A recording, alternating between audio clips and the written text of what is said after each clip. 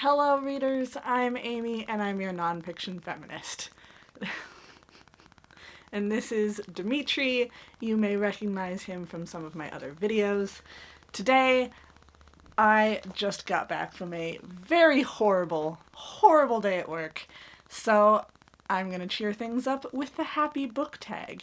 I was tagged in this by Nicole over from A Beautiful Chaos of Books. For once, I have not written down answers to all of the questions beforehand, so sometimes it's nice to be unprepared, though. I can kind of wing it a little bit. Alright, let's get this started. Let's make my day better. A book you can always go back to and feel happy. There are a lot of books that I think I would answer for this. Most of them are not happy books. I don't tend to read happy books, but I'm gonna go with A Little Princess by Frances Hodgson Burnett. I initially watched the movie with my mom whenever I was getting ready to leave for college. I think we watched the Shirley Temple version of the movie. Or, no, we watched the newer version, and then she got me the movie of A Little Princess later on, and it was Shirley Temple. So, A Little Princess has some really great, memories and stuff with my mom from before I was heading off for college. The book is really cute. This is more of a kid's story version, just with the bigger writing and everything, but this story makes me happy. Again, it's not the happiest story. There's some very miserable things that go on in here, but it's a great book. Next up, we have your standums, your number one joy-filled fandom or fandoms. What joy-filled fandom could I possibly think of?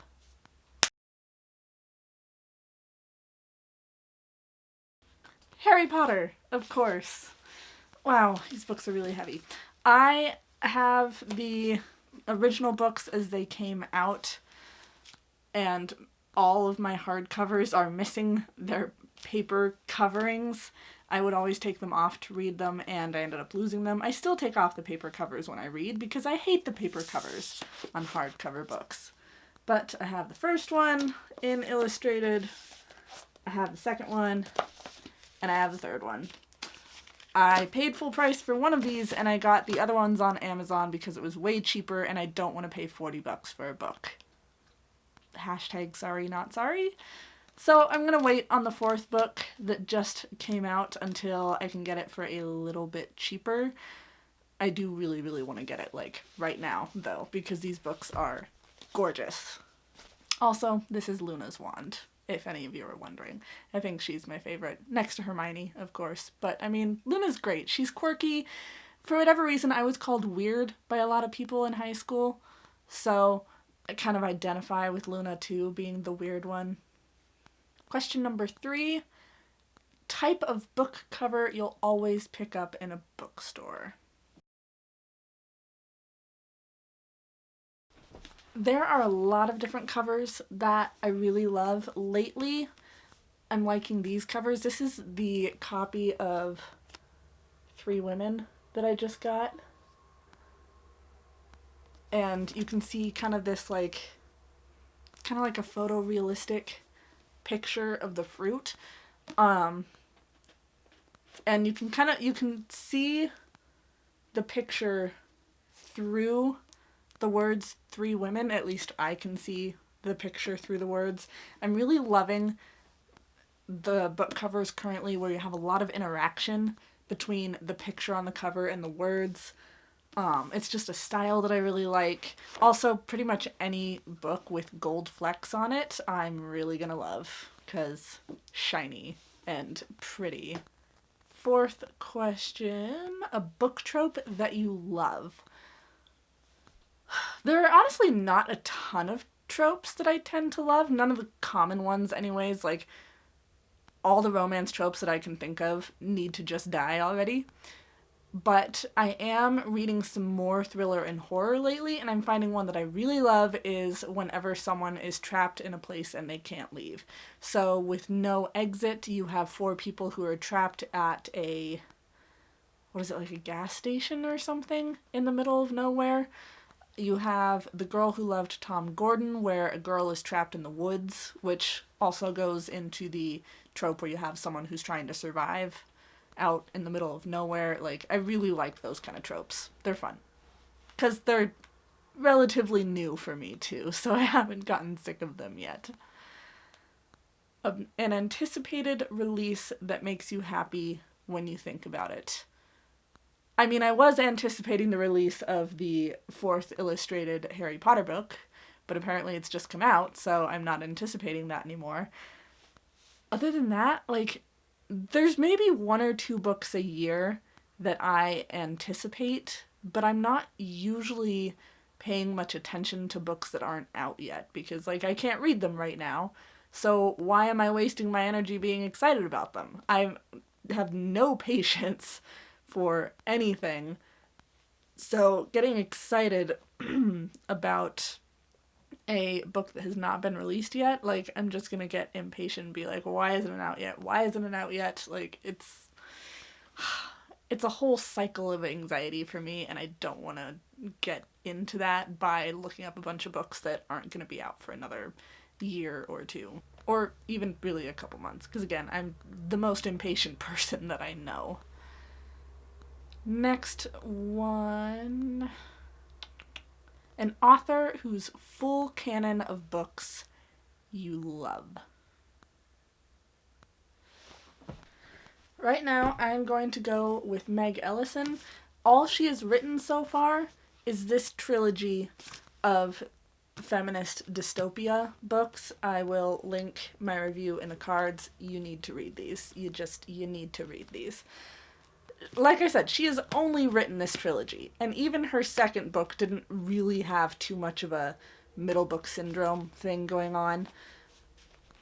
But I imagine, like, I really appreciate her as an author, but if she continues to write books, as authors tend to do, she will probably write books eventually that I don't like, because I have never found an author where I've loved every single book they've done after a certain point. Like, if an author only ever comes out with one book and I love it, then hey, I've loved their entire canon.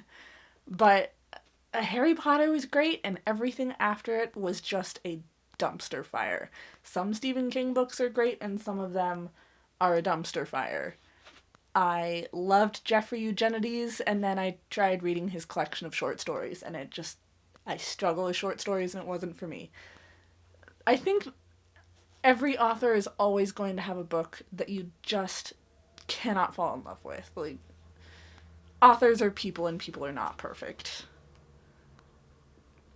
Your coziest go-to reading, snack, or drink. Tea and toast. Always tea and toast. I love drinking tea any time of day.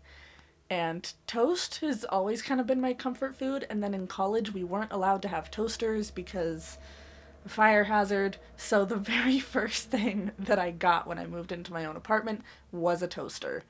And unfortunately, I am known as a very crummy person because somehow I always leave crumbs wherever I go. I'm not quite sure how it happens. My husband started the nickname, and I don't know. I put plates under my toast, I put plates under my bagels, I eat them over the plates, but I still end up having crumbs everywhere. Luckily, I get most of the crumbs out of my books. A book you've shared with family or friends. Most of my family doesn't read. And most of my friends don't read. Well, except now that I've got booktube friends, so I can count that among those.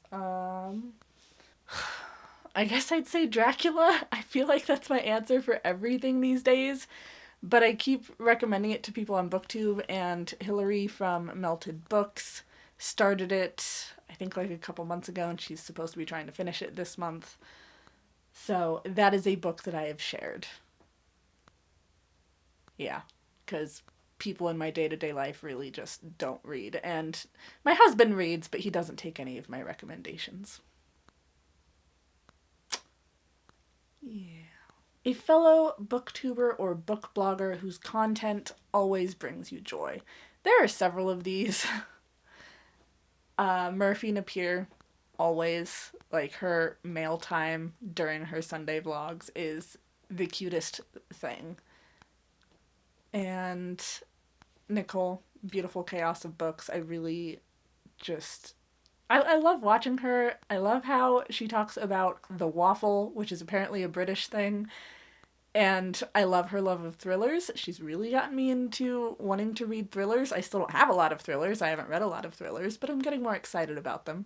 Hillary from Melted Books just always makes me smile. Always has something nice to say. She's just great. Same for Victoria from What Victoria Read. Just all of these people have the nicest things to say, and they're very sweet people, and we have similar reading tastes, and they make days like today feel a little bit better. Last question is, name something about the content you create that you love. I feel like BookTube has brought me a lot of confidence in myself lately. And it's given me a chance to play around with editing and get the new camera. And lately I've really just loved what I've created. My, like, visual and audio quality is better. I like that I have so much fun with editing and trying to answer questions. I like trying to think of new video ideas. I like interacting with people about the content that I make and the content that they make. I honestly love everything about it. The only thing I'm struggling with is actually taking the time to do the filming, because I am so bushed after work. But this is also my last week of 6-day work weeks for now, so that'll help. If you want to do this tag, have fun with it. It's fun, especially when you're having a bad day. Please like, subscribe, be my friend on social media, because I need a friend today. Ring the notification bell if you want to be updated on my future uploads, and I will see you all in the next one. Bye, friends.